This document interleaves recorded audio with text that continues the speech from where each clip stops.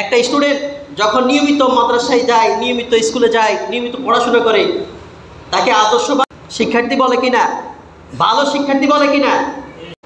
যে ভালো গাড়ি চালাতে পারে তাকে ভালো ড্রাইভার বলা হয়, যে ভালো ইসলাম প্র্যাকটিস করে তাকে ভালো মুসলিম বলা হয়, তাকে মৌলবাদী মুসলিম বলা হয়। এই জন্য আমরা যারা মুসলমান রয়েছে, আমরা প্রত্যেকেই ইসলামের মৌলিক বিষয়গুলো সম্পর্কে সচেতন, মানার জন্য সকলেই সর্বদা প্রস্তুত রয়েছি।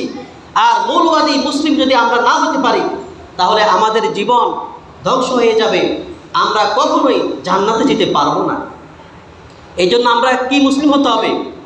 মৌলবাদী মুসলিম হতে হবে, খাঁটি মুসলিম আমাদেরকে হতে হবে। পরিপূর্ণ মুসলিম না হয়ে, মৌলবাদী মুসলিম না হয়ে আল্লাহ তাআলা আমাদেরকে মৃত্যুর কোলে ঢলে পড়তে নিষেধ করেছেন।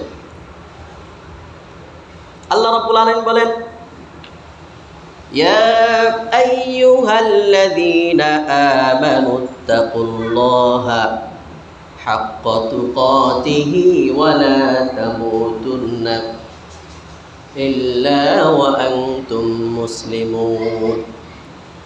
রব্বুল আলামিন বলেন, হে ঈমানদারগণ, তোমরা আল্লাহ রব্বুল আলামিনকে ভয় করো, যথাযথভাবে ভয় করো, যেভাবে আল্লাহ তাআলাকে ভয় করা উচিত সেভাবে তোমরা আল্লাহ তাআলাকে ভয় করো। ওয়ালা তামুতুন্না, আর তোমরা মৃত্যুবরণ করো না, ইল্লা ওয়া আনতুম মুসলিমুন, সত্যিকারের মুসলমান না হয়ে।